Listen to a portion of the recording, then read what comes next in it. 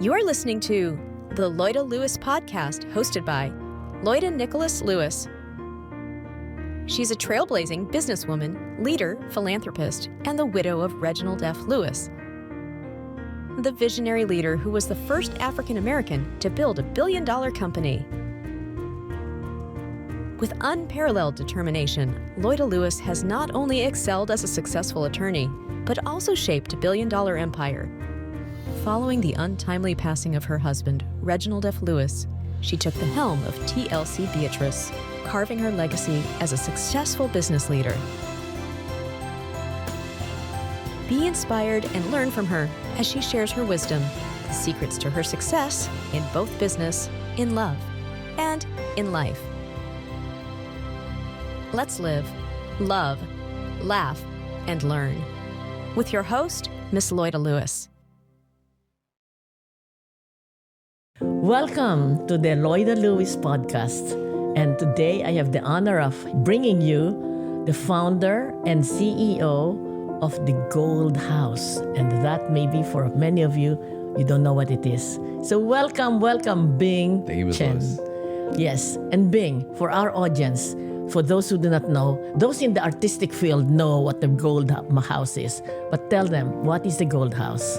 Gold House is a cultural ecosystem that unites, invests in, and champions the Asia-Pacific diaspora to what we say power tomorrow for all. So the idea is it's based on the insight that our community is actually a majority of the world. We're 62%. How do we pool together our resources and support each other so that we can also engineer new opportunities for everyone else, whether it's in the arts or in business?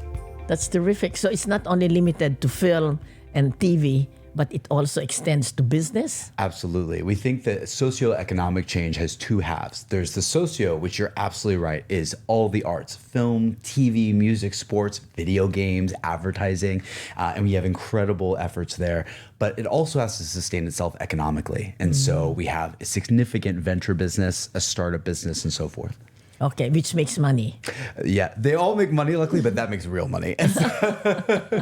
All right, Yeah. Very good. One is very for shine, good. the other is the stake. Yes, Yeah. very good. So tell us, how did you start, or were your parents, did they come from Asia?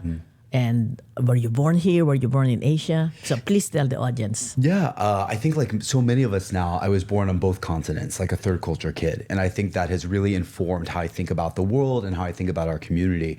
So I was born and raised in Knoxville, Tennessee, where Dolly Parton's from, and then spent middle school in Shanghai, where Dolly Parton is not from, and then spent high school in the OC in California. And I think what this showed me was in Tennessee, even though we were one of the only non-white families, it actually didn't make me feel victimized or ostracized, but instead actually made me feel special.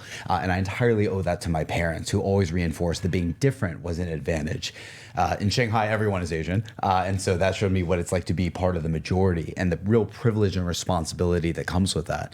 And then growing up in high school in California is sort of a hybrid of the two. And so the way that sort of translates to our work now is I don't see our diaspora as only 7% of the domestic population. I see us instead as the fastest growing minority domestically and a majority of the world. I think the second thing that has shaped me is my father passed away of cancer when I was 14, unfortunately. It's always cancer, of course. And I think what that taught me was we can only focus on what is most essential in life. And so just as a person, I'm never angry. I never lose my cool. I think most things are trivialities. Very few things matter in life, as it were. But the things that matter most are the things that we have to most prioritize. And so basically, when your father dies, you immediately wonder, what is the purpose of life? What is the meaning of life? And I realized the meaning of life is to help everyone figure out what their meaning of life is and realize it. Whether it's to go to college for the first time, whether it's to become a singer, whether it's to become a multi-billion-dollar empire builder, whatever it is. And so just fast forward, my last first job was at YouTube. It was entirely informed by how do you build new worlds or opportunities for everyone to realize their dreams, in that case, creatively. And then Gold House, honestly, is my version of Disney. It is informed by how do we build a new world that is not only representative and inclusive of all of us, whether you're a minority or otherwise, but actively enabling people to share and enable others. So that's effectively how the principles, at least, that went into this. Yeah. Wow. Okay, that's a lot there. That's okay.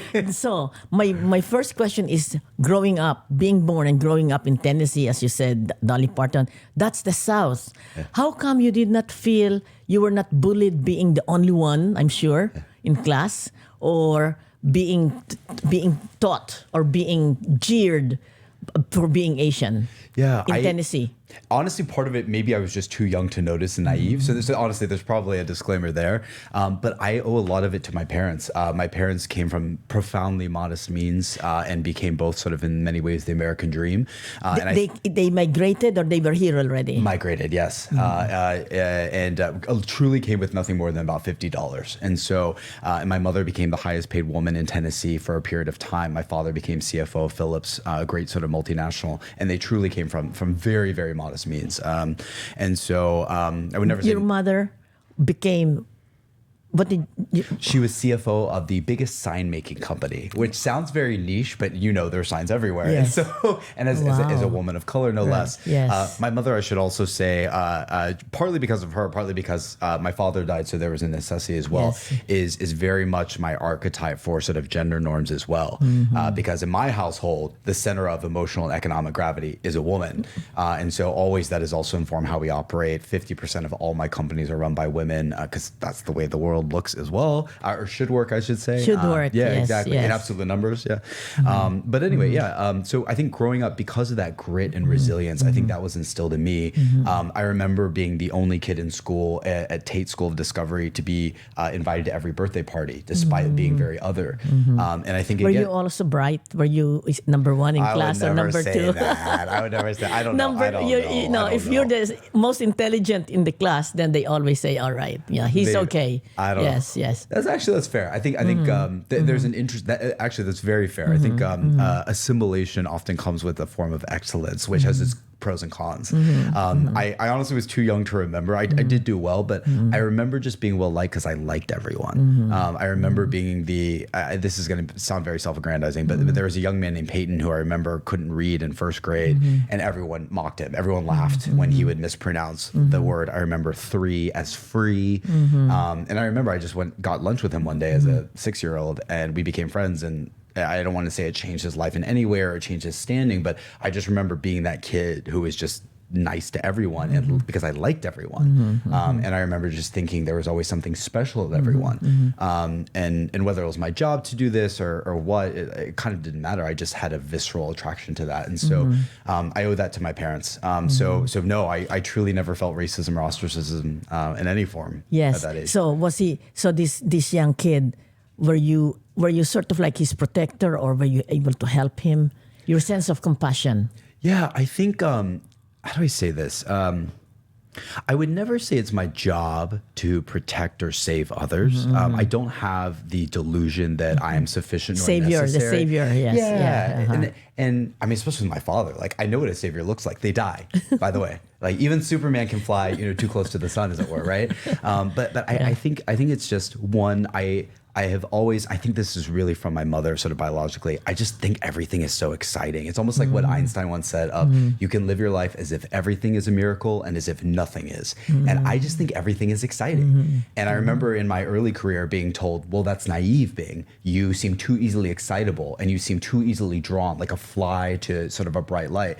And I remember contemplating quite a bit in my early 20s of, is this a problem to see the beauty in everything or the miracle in everything? And I decided pretty early because of my mother that no, this is actually a gift. So that's where it comes from. It's just, I think everyone has a gift. The hard part is who sees it and then who can actually enable and extract it and then get out of the way. Yes, right? Yes. Wonderful. For our listeners, that's a big lesson, all right? That thinks everything is a gift or everything is a miracle. You can choose, and he chose, yes, everything is interesting, is a miracle. He chose. So now, I was wondering, after your father died, is that the reason why your mother decided to go to Shanghai? Oh, we went to Shanghai when I was in 3rd grade, so before. And then in 5th grade, we were on vacation in Hong Kong, and he started coughing up blood. And then we had to go to a doctor. It metastasized to the point where for almost half a year, she and he had to actually move to New York City while my sister and I were in Shanghai with my grandmother. And it just metastasized, unfortunately, to the point where we needed full-time Western care. So that's actually what motivated us to move come back to California, for Hoag Center. And what happened. But I think the good news is we had 3 years to prepare. My mother, I distinctly remember after they went to the doctor when I was in 5th grade, she sat me and my, at the time, how old were we? At the time, my sister was 6 years old and I was about 10 or 11. So you're the older. I'm the older one. Yeah. I have a baby sister. Yeah. Sister. But I remember she sat us down and in a very firm but very heartwarming way said, your father has cancer. Here's what this means. He may not make it, but I need to assure you that on all levels we will be fine, and here's why. And I think she's very wise. This is tough. Yes, very wise. Yeah, because it's going to be cataclysmic. 100%. But she had to assure you because your kids, your children, everything will be all right. That's right. I mean, and life is life. Life is tough, but so are we. And so it's ultimately fine. And I think that in so many ways taught me. I think one of the reasons I'm so confident is not because of an accumulation of awards or achievements. If anything, it's an incredibly superficial way to build confidence. I am so convinced of my work because I do not fear failure or loss, because I expect it to happen, because it has. And so and I believe in my ability to weather it because I have. So. Yes, that's it. Yeah, when this disaster happens and you're able to not get over, but to face it and then rise from it. Yes. Yeah, that gives you inner strength. 100%. Yes. 100%. So from that time on, you now were living in California. Yes. How did you find California as a teenager? It sucked. It was rough, to be honest. I know why. I don't bemoan my parents. I know why they did it. We needed Hoag for a cancer center. On paper, the schools were amazing. There was all these extracurricular activities, good feeders to good school. I get it. Public school. Public school. I went to a massive public school, 3,500 people. Back then, I wanted to be president, so they wanted me to, meet the people, as they said. I think it was tough because I never faced a level of superficial scrutiny. People in Tennessee were so kind. Everyone helped their neighbor. In Shanghai, all of us were sort of some form of expat, so we were all just sort of evolving in the way that we did. And then in high school, I just got chastised for wearing cargos. And it's such a bizarre concept to me, right? First of all, none of us have money, so why are we even chastising each other? We didn't even contribute to this. And then also, who cares? And so it was a little bit tough in that regard. You mean people were very materialistic? Yeah. Would judge you on what you're wearing or things like that? Exactly. One of my high school classmates, and maybe this is commonplace, but one of my high school classmates, his senior yearbook quote was "Get popular or die trying," because it coincided with the release. Die trying to be popular. Yeah. So and maybe he was facetious, but I don't think he was. I think he was really serious. Yeah. So I don't know. So it was okay. That being said, I still love California. We're headquartered there. I believe in the state and so forth. But it was ironically the hardest place to grow up. And I think what I've learned is forms of overt racism actually over-index in densely populated, diverse locales. They actually not, and this is not always, but often do not actually persist in places like in eastern Tennessee with a bunch of mountain folk where I grew up. And so that was supposedly, the South, very, very prejudiced. Yeah, there's a bad rap, and I only have the fondest memories of Knoxville. Everyone's so kind. You help your neighbor because you just help your neighbor. You give them sugar because you give them sugar. And it's pretty much that simple. Yes. But yeah, everyone has a different experience. So who knows? Yeah. But so it didn't matter that in your high school it's multiracial. Yes. But it's multiracial, but very. Each one has their own clique. Is that the way? Is that how you?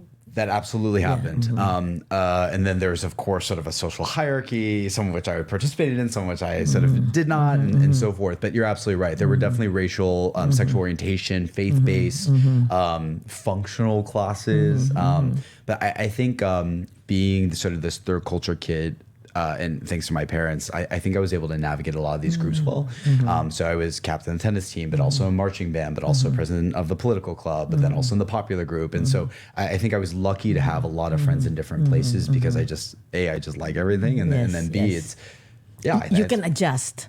You can adjust whatever level they are, you're there. We try our best. We try our best. I think that the downside of this is this quote that I read in 10th grade that said, I am at home everywhere and nowhere. I'm never quite a stranger, but I never quite belong.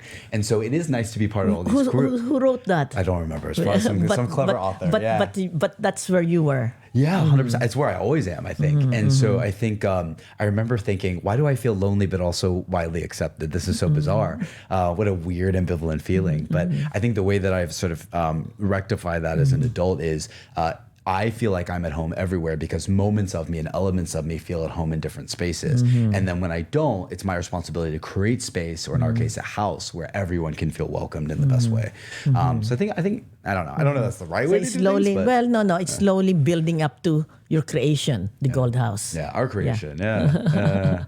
Yeah. So after that, you went to college, or did you think you will go to college because your parents were both college graduates?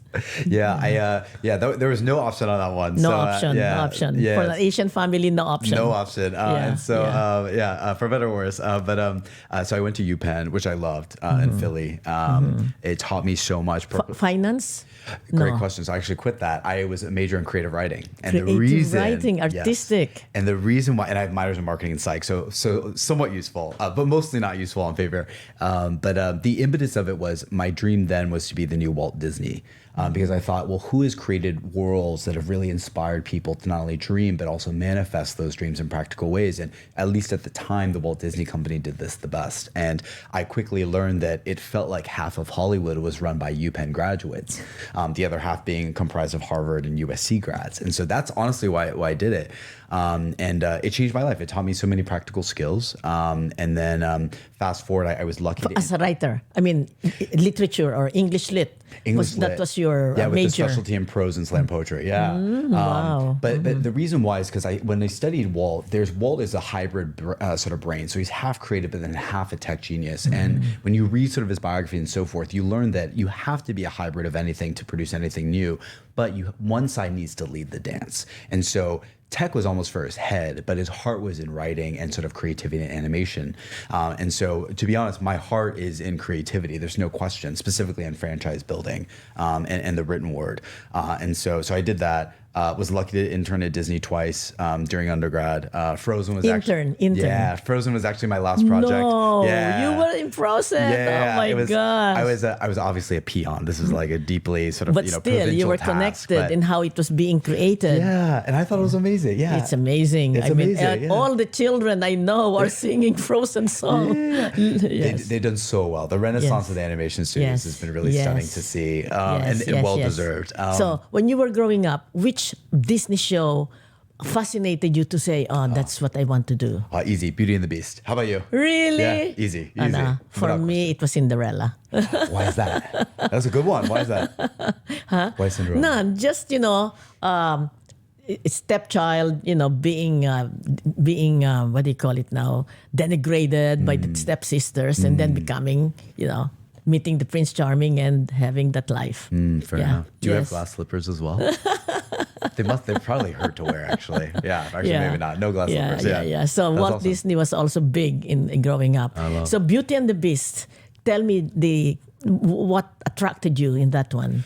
I think first of all, the music is amazing. I think Alan Menken's a god. But it was specifically the moment when the Beast lets Belle go to take care of her sick father.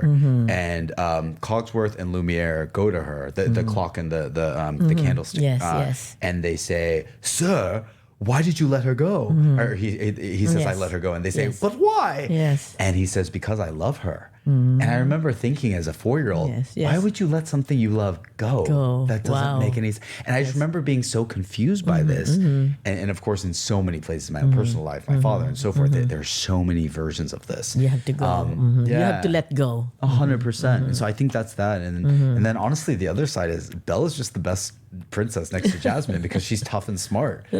She's not sort of a save me, I need a guy. She's nothing like this. She's the hero. And so that's true. That's right. I think I don't know. There's something at the time subversive, unfortunately, in mainstream culture about that I think I was very drawn to. And I think I don't know whether it's because of that or being unknowingly a minority in Tennessee or whatever. I really like the Peter Pan underdog constantly. And not because they're the underdog, but because they can surmount a mountain where no one thinks they can. I think there's just something very exciting about that. Yes, that's great. That's great. Well, that's what you're doing. We're trying. We're trying. We're getting there. Getting there. All right. So with that, your first job was with YouTube and Google. YouTube. Wow. When it was just starting. Yeah, it was great. I loved YouTube. It's the reason I was so lucky to be admitted, but the reason I wanted it so badly is I thought, what is the 21st century articulation of the Walt Disney Company? And in my mind, it was YouTube, because YouTube at the time was getting sued by Viacom for $1 billion. So it may not have been obvious, but I saw the promise of the democratization of distribution of content, but also thought that the democratization of creation would be even more interesting. Because it's one thing to get to everyone. It's another if everyone can get to everyone. It's a very different skill set because at the time, it's all walled garden. You have to know the right person, be born in the right family, have $500 million, et cetera. But what if anyone could, build their own Marvel, build their own Star Wars, and so forth. And so was lucky in the height of the economic recession to be admitted to their executive management program that Marissa Mayer had created. The alumni included Kevin Systrom, the founder of Instagram, all the way to Britton Moore and sort of the millennial Martha Stewart of Brit & Co. And that's how I met David Shaw, who is Andrew's best friend from high school that we both know.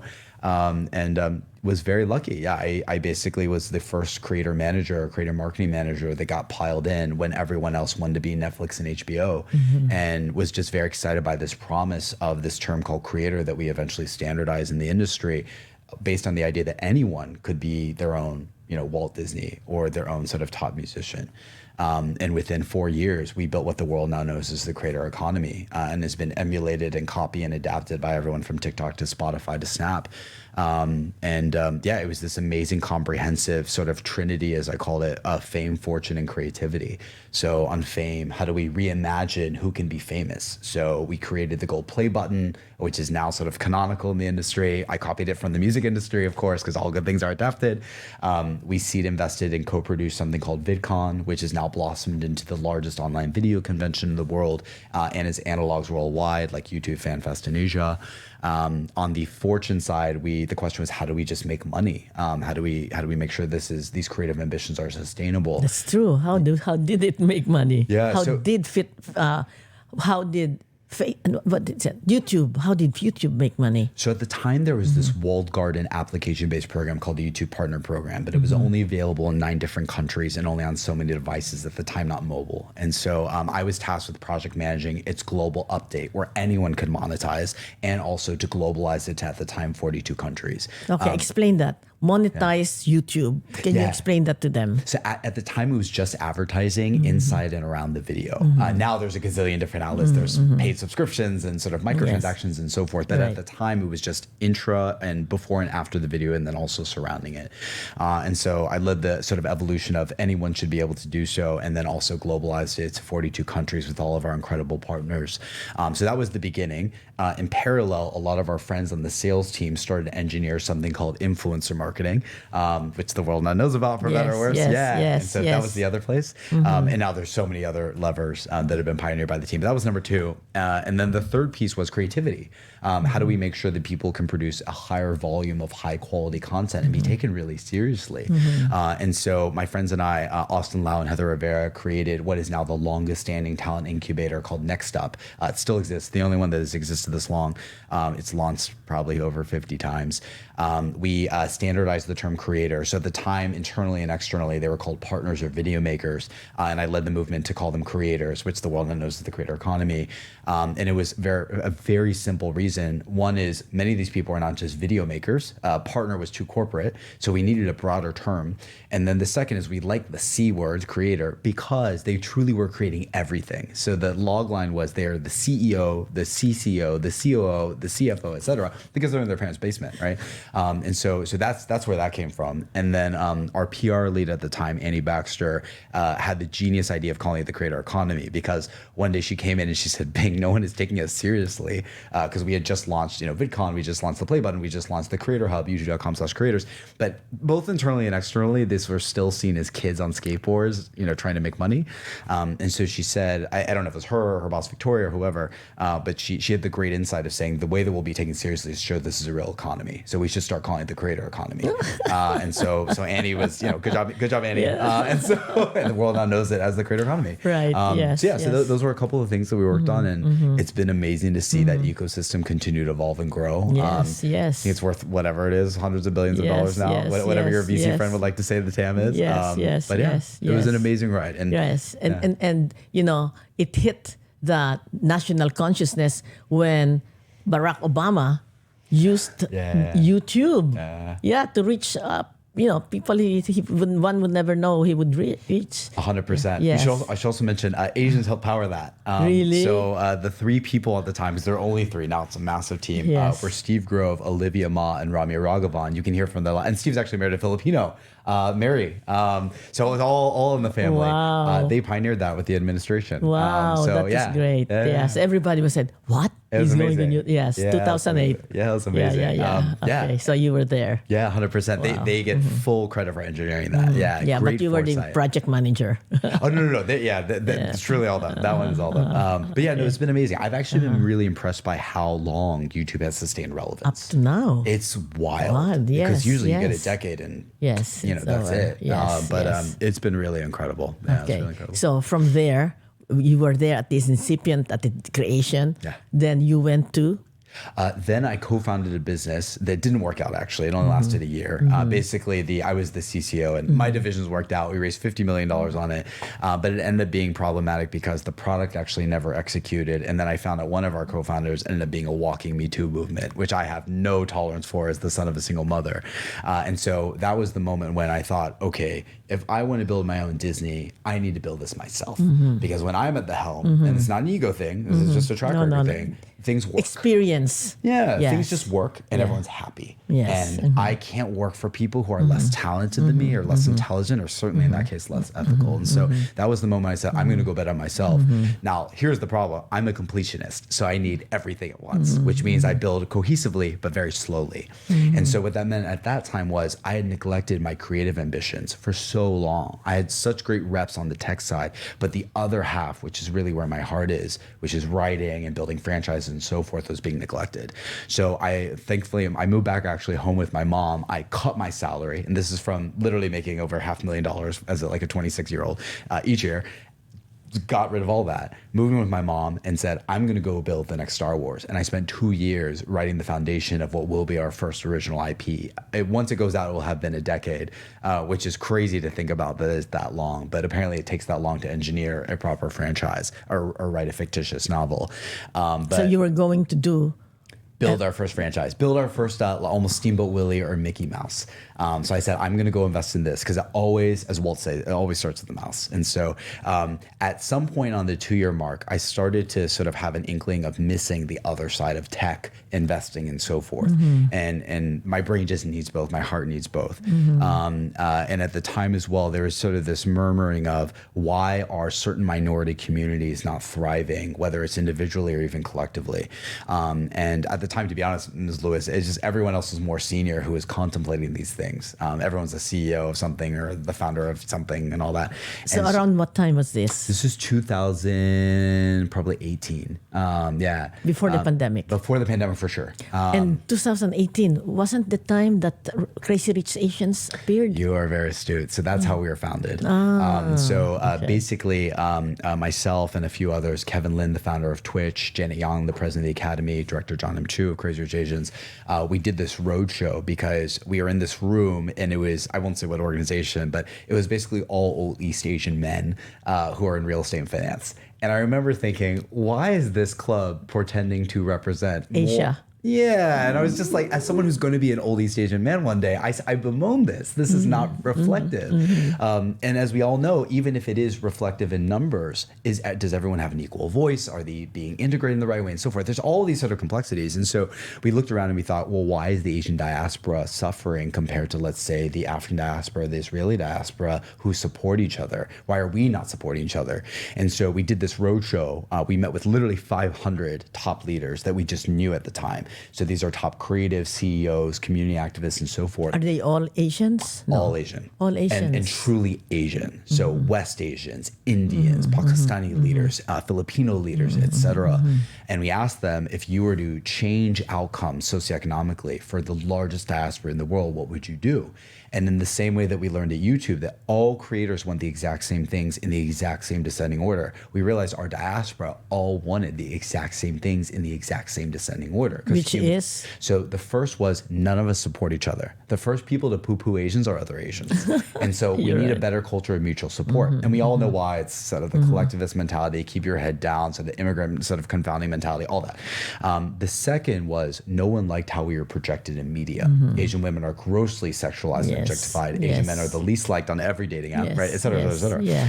Third is, no one, with the exception of Loida, can ascend to the C-suite and boards. So according to Harvard Business Review, we're the least likely demographic. No. I inherited mine, so. But you've managed it well, so you still get credit for that, right? Actually related, I just learned the statistic that from first to second generation, wealth decreases to 60%, and second to third, it plummets to 0. That's it. So all the more you get credit. Yeah. So, to shirt sleeve. There you go, right? So all the more you really get credit. Yeah. You could have made bad decisions. But that was number 3. How do we get more C-suite executives and board directors? And then the final one is, despite being the fastest growing electorate, we are the least likely to vote and can actually control swing state outcomes. That's true. Yes. They said that population-wise, 37% we grew from 2010 to 2020. Our population grew 35%. The Asian community. Yeah, it's still small. But it's growing rapidly. It's growing rapidly. And then when you think about who we have everywhere else, yes, we are the majority. And so all the more. Yes. So my style of building in this capacity is sequential. So we said, okay, well, if we lack mutual support, let's focus on building a network first. So we built what is now the largest Asia Pacific leadership network on the continent. We don't have everyone in every industry, because that's not how you build. You focus on a few industries with adjacencies that can then cross-pollinate.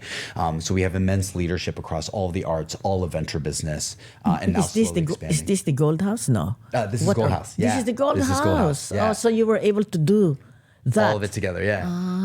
And then the second was, we needed a universal rallying cry, because our diaspora does not have any rallying cry or North Star. We don't have a single universal struggle in the case of slavery, which I'm grateful that we do not have universal slavery. Some of us have been slaves, but not all. And we also don't have a single race or religion or so forth. And so we realized that the arts and a media rallying cry was universally applicable and really inoffensive. And so coincidentally, John M. Chu, one of our co-founders and investors, said, I have this film called Crazy Rich Asians, but it's not going to do well right now opening weekend. Why? For a lot of reasons, I think. One, it was 25 years since a major studio had an all-Asian lead cast. Oh, really? 25 years ago? 100%. Which one? Joy Luck Club. Joy Luck for a major studio. Yeah. Yes, so yes. Been a long time. That was a 100%. An excellent record-breaking, excellent film. First, it was a best-selling novel. Correct. Yes, and then Miami, movie. Yes. New York-based Amy Tan as well. Yeah. So that was one, and then the second reason, it was a rom-com, and the romantic comedy, because of the last great recession or the greatest recession, had died. Basically, studios stopped investing in them because talent was too expensive, but they couldn't justify the box office. So truly, there were very few rom-coms after 2010, 2011. Rom-coms, guys, is romantic comedy. Yes, there you go. Yeah, that's right. And so, so we basically got a dinner together. John is a phenomenal human being and even more phenomenal talent. And so we said, we have to do this. This is a moment in time. And so we got together at his dad's restaurant, which is sort of famous in the Valley. It's where Steve Jobs used to go. It's called Chef Chu's in Los Altos. And we got together this sort of amazing Asian Avengers group. So it was hosted by John. We had the founder of Hulu, Twitch, Google Ventures, Google Voice, Open Door, and so forth. And we said, all Asians, Asian Americans. all Asian Americans, and one black lady named Tara Potts from Warner Brothers, who we adore, and is a great champion of everybody. And we said, well, what are we going to do? And like all good things, we adapted proven sort of models from specifically the black community and women who have successfully erected their own sort of versions of a successful box office ecosystem because they bought out theaters or would all go opening weekends. So black cinema, as it were, in many ways sort of commercially became viable because black churches in the late 80s and early 90s would just all go together because they just like going together, and also they understand sort of the imperative of this broader cultural support. So we engineered that. We called it Gold Open. Gold because we wanted to catch all our entire sort of community. That evening we bought out $400,000 worth of theaters. It became $7 million within a week. And the second thing outside of when you buy it, what does that mean? People will come in free? So sometimes. So what we would do is most people we'd actually ask, can you actually contribute $5,000 to buy out a primetime theater, and you should bring your friends and family so they can all see it. Other times though, we know sometimes a $10 to $20 movie ticket can be cost prohibitive. So we'll donate those to organizations that particularly help families. So it would be both. The other thing on 400 movie theaters all over the country. Oh, it became several thousand. Yeah. And it became this movement very, very quickly. And it was truly, everyone felt like they were a part of it. Everyone's very excited. On top of that, we also wanted to galvanize, outside of just numbers, sort of spirit. So something that we realized was not everyone, especially in an Asian household, wants to be an actor in the arts. Some people want to be incredible founders or incredible CEOs.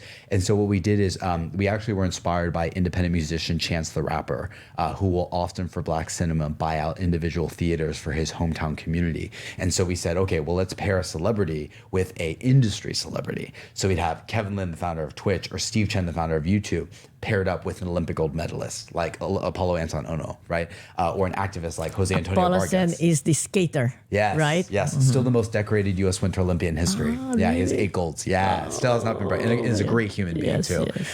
But you see that the cool duality of celebrity but industry celebrity, and we needed a statement to the community that these are both equally important. Very good marketing. It has to be that way. It's just because celebrity culture also, can be very frivolous and all the things. And so anyway, so we had activities like that. And then the final important piece is we can't just talk to Asians. We have to talk to everyone. And so we partnered up with a lot of our black counterparts and so forth to also participate in this. In the promotion. 100%, yes. And so since then, that movement has supported over 36 different films, was an integral part of Parasite, Everything Everywhere All at Once. Parasite, on the wow. Yeah. So you use the same technique. Yes, exactly right. And But the film itself is excellent. The film deserved it. It starts with that. The film has to be excellent, creatively and also culturally. And all these films and their filmmakers and cast deserve all the world support. And so, that entire media apparatus, that was just promotions. We've now expanded that to awards, investing in the next great independent films and media companies. We now consult with every major media company in the West on literally everything. So casting, script review, product placement.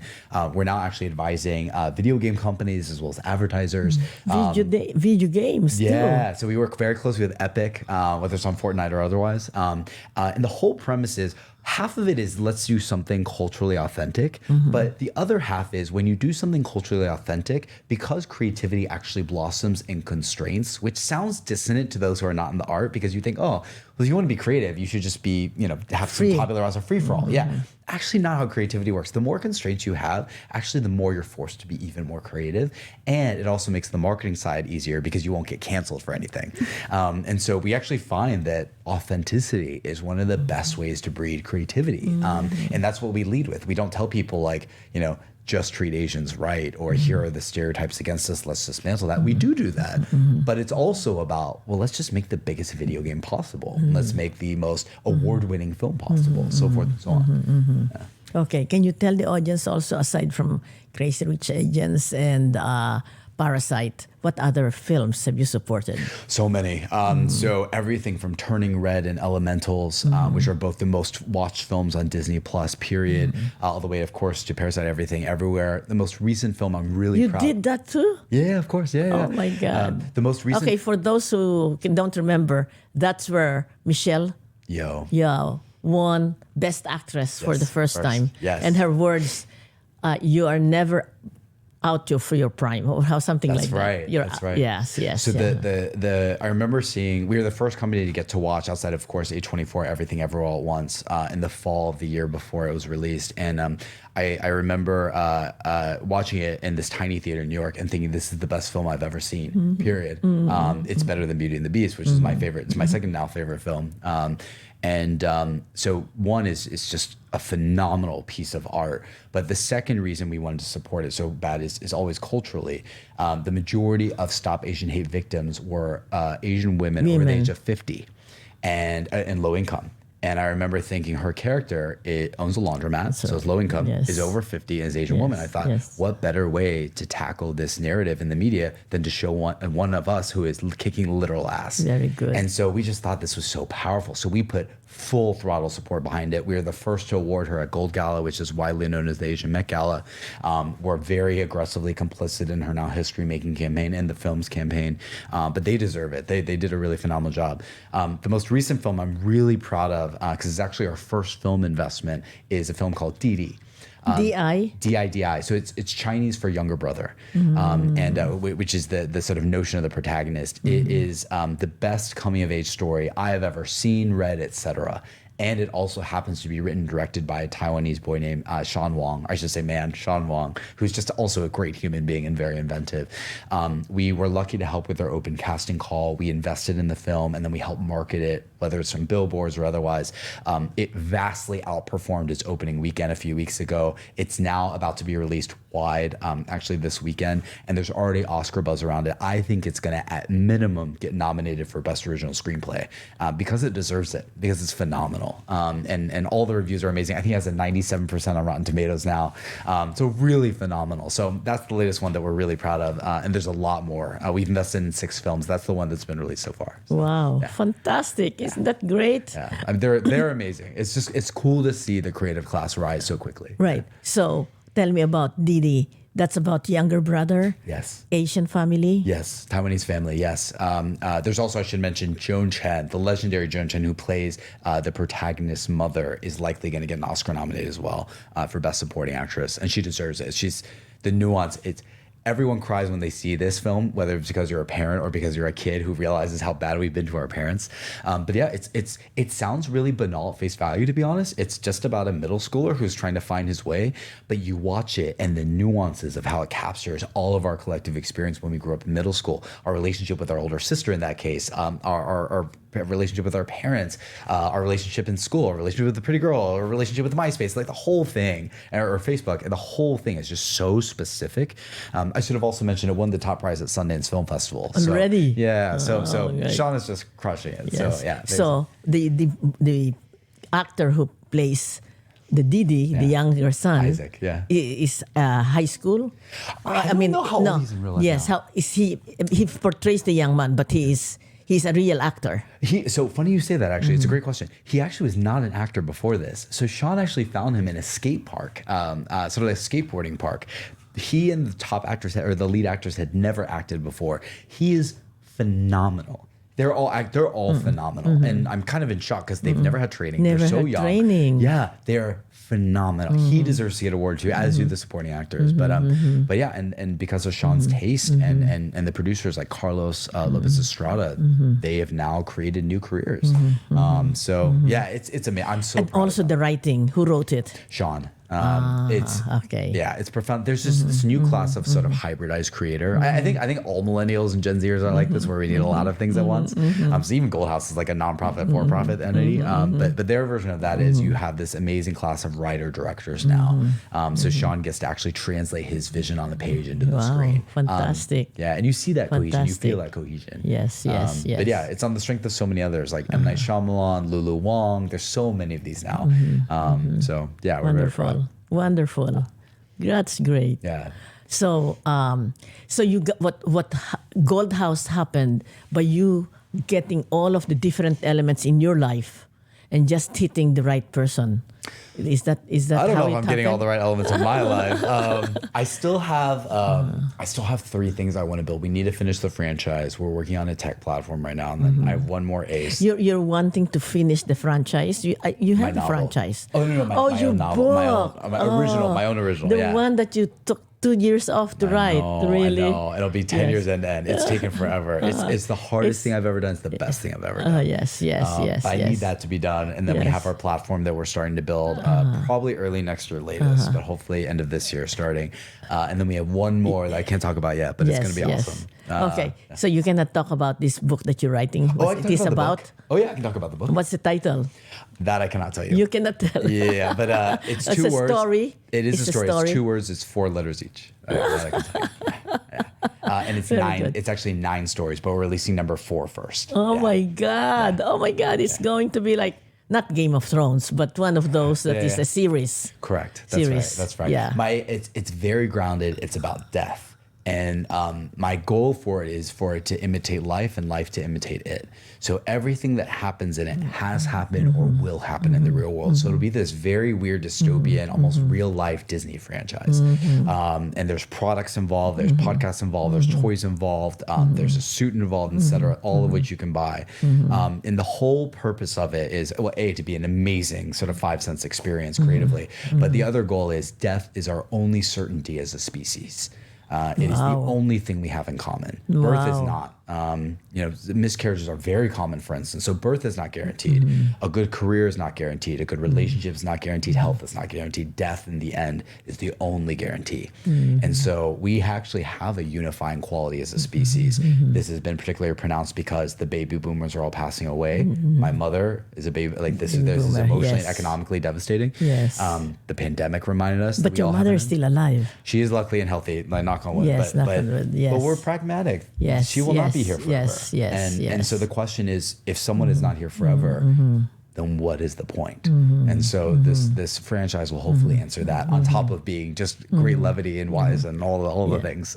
Yes. But I guess it's very much influenced by your father dying when you were 14. 100%. All art is autobiographical, even though this is fictitious. It comes from within. 100%. The truth coming from within. 100%. And my father's in the novel. There's actually a scene in the 4th chapter of a hospice when the father dies and bequeaths this power, loosely defined, to the second son, who is the protagonist of the franchise. And that scene is based identically on how I said goodbye to my father in the hospise. Wow. Yes.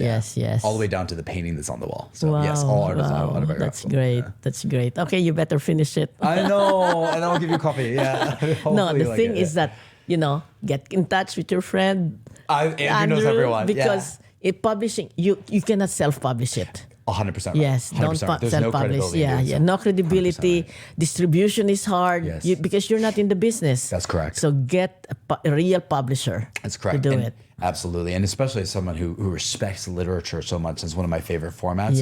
That's the only route. Yes. You're an English lit major 100%. After all.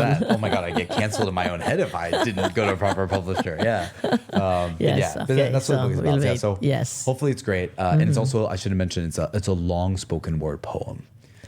So it almost reads like a play. Another book. Oh no, this book. Oh, this book is a spoken poem. Yeah, I call it a novel because it's the easiest way, but it's like Gilgamesh, where the whole thing is a poem. Almost the entire thing. The new Iliad or Odyssey. From your lips to God's ears. We'll see. We should be so lucky. That's great. That's great. Okay. A lot of things in front of you. I don't know. We'll see. Now, the other personal question: how's your love life? Love life is good. I think how do I say this? I have a 3.5-year partner. We have to make a call whether we get married this year or not, which we probably will. We want 4 kids. I know that's easier said than done. 4? Wow. I know. I just really love kids. I really love kids. Because there are only 2 of you. I know. We're going to hire a lot of help. And by hiring me, we're going to get our parents to help. Yes. No, I think, how have I changed? I've changed in so many ways when it comes to relationships. I think, I should honestly distill this so I can say this more articulately, or eloquently. But I think one is growing up bisexual, which has been a very complicated thing because I think a lot of people think that this identity or orientation does not exist. You think women just think you're gay and in denial. Men think you'd rather be with women because it's easy. It's something I've contended with my whole life because most of the people I've dated in the past are women. But I think that what that has given me is it has actually given me a different form of empathy for all different people and focus more on sort of, where we are just spiritually sort of connected. So I think that's one. I think the second thing I've learned, particularly in this relationship, is over communicating things early. We all think bad things, and we all want to do things that would disrespect our partner. And the solution to all of this is just saying it really early. And when you are able to feel safe enough to communicate things in a very direct, clear way, and almost look at a romantic relationship as a business partnership, it actually solves most problems. And so we do, things like monthly check-ins, and they're kind of transactional. We literally will go down this rubric and see, what's right, what's wrong, and so forth. And I found that to be a godsend. Yes. Communication is key. It really is an early communication, which I think in my 20s, I think it's because we're all afraid to hurt someone's feelings, or we don't have the right specific language. And I think what I've learned is you just have to say how you feel and be honest. And then I think the third thing that I've learned, especially recently, is grace. And this is hard for me because I'm such a perfectionist, even though I myself am imperfect, which of course is the irony of every perfectionist. But I think expecting full consistency and thoughtfulness and so forth is something that none of us are capable of giving. So something none of us should expect either. And so I think really having grace and aligning on the end state of, even if we may disagree now or something goes wrong, because it will, as long as we trust and love and hold each other at the end, I've learned how important that is. Sort of alignment on the end state. I find that this is a little easier once you get married, because you sort of by default, we're still married. But the road to that, which is the hard, but this is, I shouldn't say harder part, but it is a very hard part. I think is made easier by alignment on those sort of values at the end state. On the third part, which is. You call it grace. I call it forgiving.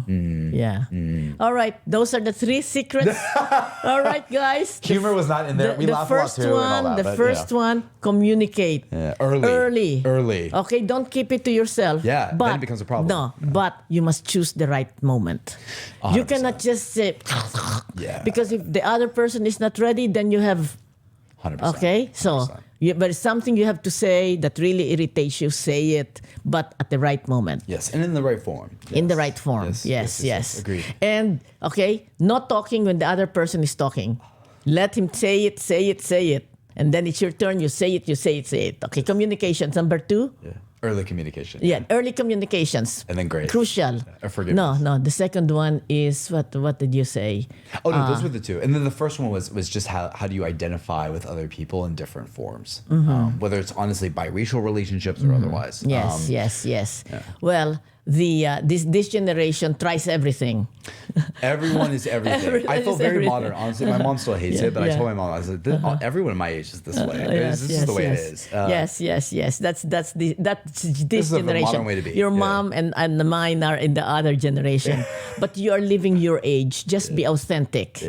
Just be authentic, as Bing here is. And the last one is, he calls it grace, I call it forgiving. All right? Don't sweat the small stuff. It will irritate you. It will make you go crazy. But in the end, forgive. Yes. Is that correct? Right. Exactly. Especially if you love. Exactly right. Amor. No, sorry, go ahead. No. There is a Latin phrase during the Romance time. Amor vincit omnia. Love conquers all. If you do love, yes, you can forgive. Yeah. How about infidelity? I think we have to define infidelity. So there's thinking about something unfaithful. We all do this, by the way. We all see someone hot and want to sleep with them. Yes.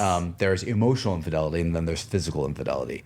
I think infidelity at some point may be inevitable. And so what we need to do, and also I'll go further, I think my generation thinks it's impractical, I can't believe I'm saying this publicly, but thinks it's impractical to have sex with one person for the rest of your life.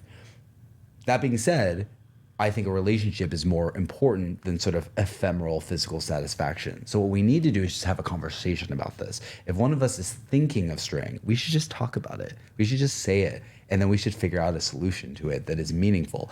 The other piece is I find that a lot of, so my partner graduated from Harvard Business School, where it felt like most of the relationships were what they call open.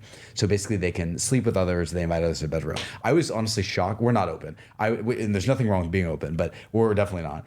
And I was shocked by how many. It was truly the majority of them, all forms of couples. And I think the lesson that I have from that and our fear of it is any state in a relationship permanent? Because if you're open, is it sort of a binary thing where you're open forever? And I think what I've learned is these different instances of infidelity and otherwise can be temporary. and solutions to infidelity can also be very temporary. They don't have to just be a binary, persistent thing. And I think that was really helpful. But yeah, otherwise, I think this goes back to early communication of mitigating that is really, really important. Yeah. Yes. No, I'm very traditional. Meaning, if you say you are the one for me, going with somebody else is a form of what? I don't call Betrayal. it betrayal. Yes. You're betrayal. I agree with that. So, what kind of relationship is that? Where you say, all right, we are together, but I can go with somebody else and you can with somebody else. That it will not last. Yeah. So if your intention is to have that kind of relationship, just be sure that the relationship will not last. You'll be divorced. Fair enough. So you make a decision, all right? You find somebody, the person that you love, you cannot live the rest of your life without him, then you have to be faithful. That's my logic. Yeah. Yeah. I think fidelity is maybe different though than I can't believe we're talking about this. No, I it's think better. Fidelity is different from openness though. Because openness is still faithful and communicative. It just may temporarily or perennially have other forms with other people. And again, we don't subscribe to this, but this is a thing happening. No. Yeah. I'm the traditional voice. All I'm saying is, if you're going to say, we are together, but you can go with somebody else and it will not last. But if that's your intention, fine. It's really your intention. What is your intention? Your intention is to have fun, to have, openness with anybody that I'm interested in. It's not going to last. So if that's your intention, fine, you're free. Do it. But if your intention is to have a very a long-lasting relationship with a person that you love, that you respect, that you cannot imagine not living with that person, without that person, then you have to be faithful. That's mine. If you say I'm old tradition, old fashioned, I was raised the same that's way. fine. I personally was raised the same way. I have observed others, and we'll see how it works for them. Who knows? No, they'll separate. You may be right. You may be right. No, You may they'll be right. separate. That's Yeah, the you may be nature right. of the beast. You may be right. So it's Yeah. your intention. Your intention is have fun. Yeah. Okay, you're with this Then be person. single. Yeah. You're with this person. But if that person is interesting to you, you go with that person. Both of you will not last. That's all I'm saying. Fair No. enough. That's all I'm saying. Time will tell. No, if that's if that's what you want, you're free. Do it. Yeah. But remember, it's not going. Your relationship with one person will not last. Yeah. But if it's okay with you, it's okay. Yeah. But for me, it's not okay. Yeah. I mean, same. We don't do it either. But Yes. Fair enough. No, it's up to you. Yeah, it's a Everyone's free got country. their own- yeah, everyone's got their own Every version country. of Yes, life, yeah. people can have. I know of my peers. One wife, second divorce, second wife, divorce, third wife, maybe really divorced too. He's on the fourth. wow. No, because that's how he feels. That's how he thinks. Wow. And if you have children, it will affect the children.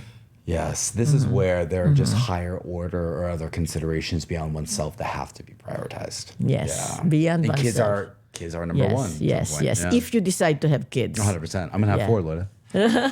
Well, I mean, I Yes. will not, but yes, part of me will. yes, yeah. So that's the personal side. Yes. You have already given your hope for the future. Now, how are you intending to support other groups that have not been out in the Gold House? Meaning to say, I will just talk about the Filipino community. Okay, so there are many artistic directors. And sadly, Yellow Rose of Texas was, I thought, an excellent film. Yeah, we supported it. But We you love supported Diane. too. Yeah, we helped open it. But Yeah, it I love hit Diane. on pandemic. And I That's know so it's painful. timing issue. Yeah, timing timing And they're both issue. so talented and good people too. Yes. Yeah. Well, Eva Nobaleza On Broadway is still. on Broadway. Killing it. Yes, Yep, that's right. killing it. So my question is: there are other communities that may have very artistic people, Yes. but does not know about you or has no contact with you. Yeah. How are you reaching out? Is there any activity or any intention of trying to see where else in the Asian community are their talents? Always. So our focus has been South, Southeast, and East Asia first. So we admittedly don't have as many Central and West Asians yet, and that's just for sequential sort of priority. Okay, South Asia is India India and Pakistan. and Pakistan. Yes. And Bangladesh. Yes. Okay, South Asia, East Asia is China.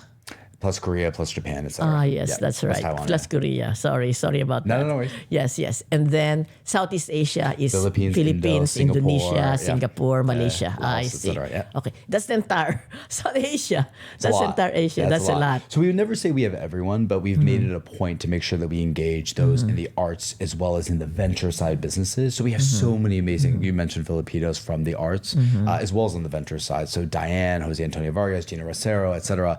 And then the business side, Mani Maceda, actually, formerly worldwide managing director of Bain, actually gave us our first free study that helped inform what we should focus on, all the way to new founders like Alessandro Rocco, who founded an amazing sparkling water that's Asian infused called Sanzo. So we've been really lucky to engage so many of the members of the community, but there's always more to do. So, and not only within the Asian community, actually across communities, which is endemic to our DNA. So actually, it's funny you mentioned because we're about to, for the first time, release public membership. So anyone can come join the movement in any capacity. Membership means a lot of things depending on the interests of the actual person. Sometimes some people want to help invest in film or companies like Sanzo. Sometimes people just want to network with other people. Sometimes people just want to promote the next great product or film. So it's a really wide expanse. So that's going to be available. The second is Available meaning? Publicly available. People can sign up on the website. I see. Yeah. Okay. You're not going public. You're just making... These are investors that you're saying. Oh, no, it's anyone. It's anyone. It could be the leader of an employee resource group. It could be a community activist. It could be a professor. Okay, it so could be anyone. it can be anyone who can invest in... Oh, no. Anyone It's not investing. Anyone who wants to invest their time or even money. So it's just registration. Yeah. Registration to become a member. Yes, correct. Okay. And so having a consistent touch point with other leaders in the movement. So that's number one. The second is we also have specific to community programming sometimes. Our focus is mostly how do we unite our whole diaspora. So we want to bring everyone under the house. But sometimes it does make sense to have individual programming. So one example that's coming up is for Diwali, for the South Asian community. We host a slate of different sort of celebrations, product campaigns, and so forth to make sure that the South Asian experience in that form, in a celebratory way, is mainstream, because we find that's one of the best ways to get other people to be aware of us that are outside maybe the gold community. So that's number two. And then the third is endemic to everything that we have. We always make sure that we have what's called one house extensions. So the idea is I want the Asian diaspora to be complicit in partnering with and leading all sorts of other optimistic opportunities for other multicultural groups. So I'll give you some examples. We fully financed and led Sundance Film Festival's first ever multicultural fund. It's called the One House Filmmakers Fund. So One House for all of us. Gold House paid for all of it with East West Bank Foundation, which is also, as you know, Asian led. But we brought in the NACP, GLAD, Respectability, and Latinx House as well. Another example of that on the business side is so that's in Sundance. Yes, correct. And what does it mean? Somebody can be an intern.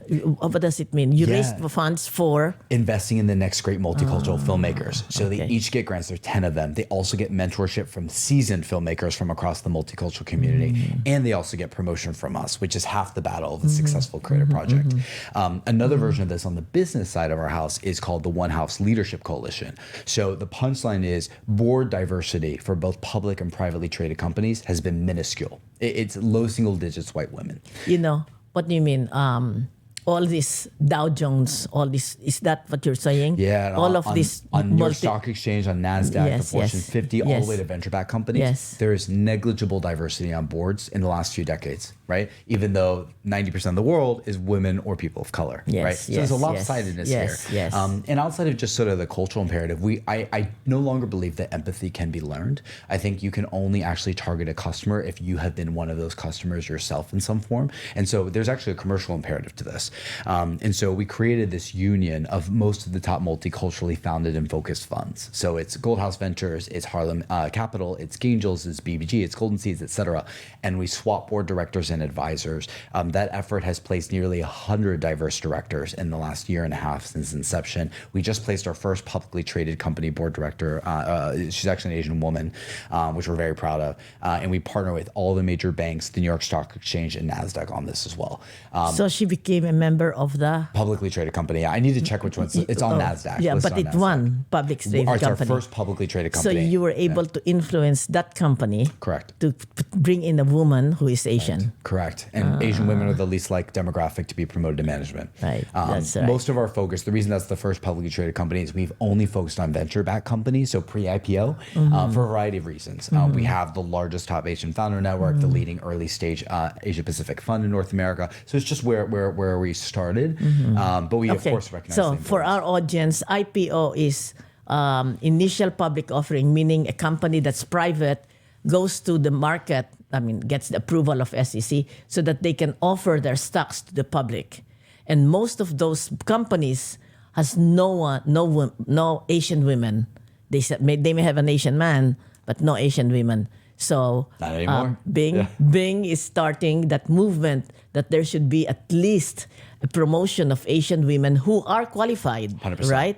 Who are in the business. We're always qualified. Always qualified, right? No pro forma here. Yeah, that's correct. Okay, so qualified to become a member, and that is part of their action. Yep. Very good. That's right. Yes. And in partnership with so many others who do great work, like the Asian Chamber of Commerce and Entrepreneurship, Natural ACE, does amazing work here too. But again, our goal is not just to unify our diaspora. Yes, and you have to bring it up. 100%. Because even if there is an Asian Chamber of Commerce, unless you identify, hey, we have to do this, then it won't happen. So thank you for doing that. No, it's all the team actually. This is why I can't actually name the company, because it was Oscar who's our operating partner of our fund who did this. Okay, but yeah, so those are a couple examples. So it's just a push-pull to succinctly answer your question.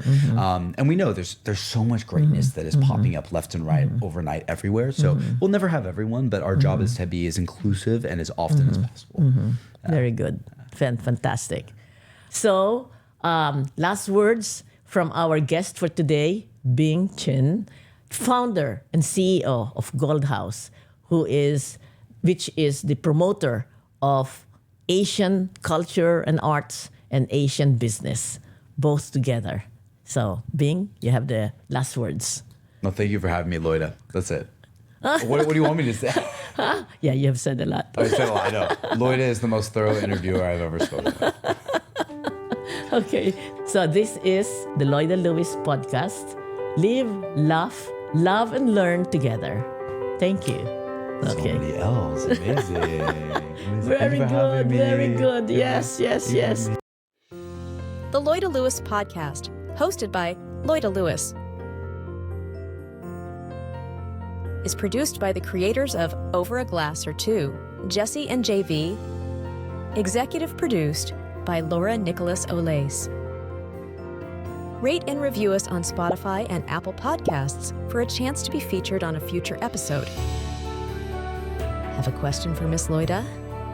Just email us on askloidalewis@gmail.com. Your question might make its way to a future episode. Subscribe on all major platforms to never miss a beat.